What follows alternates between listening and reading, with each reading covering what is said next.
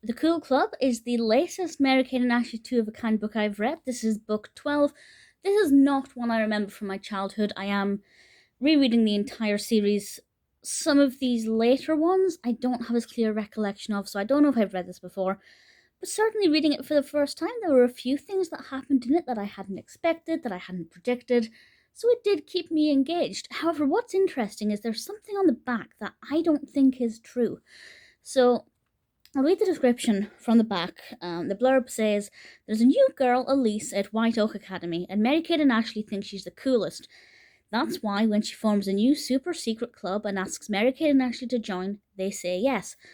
That all sounds about right. Everything there is as the book reads. Then it says they're thrilled until things start to go really wrong. None of Mary-Kate and Ashley's other friends were invited to join the club. That's true. And then Mary-Kate and Ashley find out that the kids in the club have a huge secret, one that could get them into very big trouble. That's not necessarily true. Something does happen involving Elise and the others in this club. They're called the Glitter Girls because they wear glitter every day.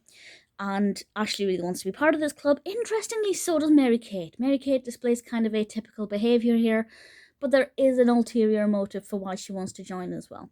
But this whole big secret thing, it's not so much that it's a secret. I feel like they're actually underselling the narrative with that blurb.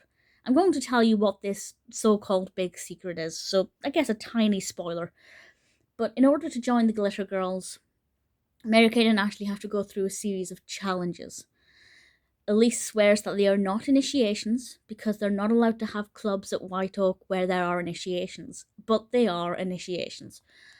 And I guess you could argue that that's the big secret, the fact that they need to go through these initiations, but it's not so much that it's one big secret. But it was interesting enough. The things they had to do I thought were very creative, the kind of thing that I can see actually happening. And as I said, it was unpredictable. There were things that happened towards the end that I hadn't expected that kept me reading it.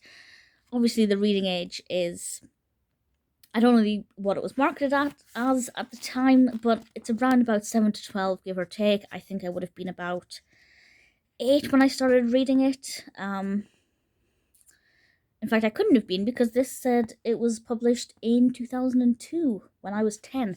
So I must have been about 10. I think some of the earlier books were published a little bit sooner, of course. This one's written by Judy Kachka. And it's not bad at all. I did enjoy it. It is interesting having the White Oak books, but not written as diaries. I kind of like the epistolary format. I thought it worked quite well for Mary-Kate and Ashley. But it was still easy to follow. It's just interesting to have a White Oak story where Mary-Kate and Ashley are both protagonists at any one time. Whereas with the Diaries, we obviously were looking at their mind in turn. I thought it was pretty decent. It's a decent read. It feels like something a lot of children would get into. Everybody kind of wants to be part of certain clubs when they're growing up. Not my favourite. And as I said, not one that I remember, so it doesn't have that kind of specific nostalgia. But nevertheless, I still enjoyed the Cool Club.